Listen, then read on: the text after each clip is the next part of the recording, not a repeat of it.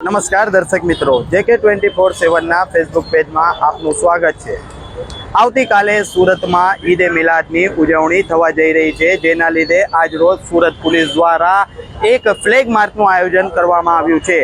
સુરતના સૌથી પોસ્ટ ગણાતા ભાગળ વિસ્તારમાં આજે સુરત પોલીસ દ્વારા તમામ સાધનો અને કીટ સાથે રિહર્સલ કરવામાં આવી રહ્યું છે, જેમાં ઉચ્ચ કક્ષાના પોલીસ અધિકારીઓ પણ ઉપસ્થિત છે। શાંતિ અને વ્યવસ્થા જળવાઈ રહે તે માટે પોલીસ દ્વારા આ કાર્ય કરવામાં આવી રહ્યું છે।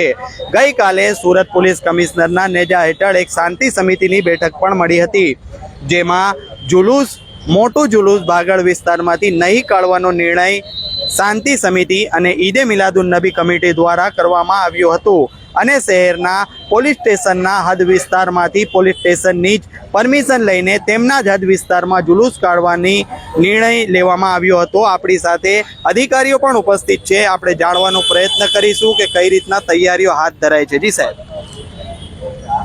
જી, આજે ઈદે મિલાદ બંદોબસ્ત અર્થે રિહર્સલ અને પ્રેક્ટિસ રાખવામાં આવેલ છે।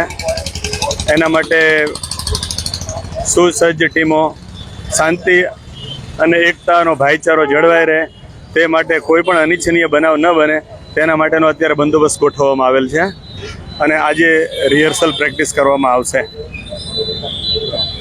અને સાંજે ગણપતિ રિહર્સલ બંદોબસ્તની પણ પ્રેક્ટિસ કરવામાં આવશે અને શહેરના મુખ્ય વિસ્તારોની અંદર અલગ અલગ જગ્યાએ QRT તેમજ સ્પેશિયલ ફોર્સિસની પણ ફાળવણી કરવામાં આવેલ છે।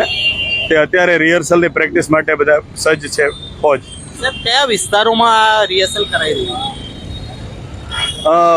શહેરના કોટ વિસ્તારના એટલે મધ્યના પોલીસ સ્ટેશનોની અંદર, જેમ કે આઠવા પોલીસ સ્ટેશન, પછી Lalgate police station, Maidarpura police station, Salabatpura police station, ખાસા વિસ્તારોની અંદર કે જ્યાં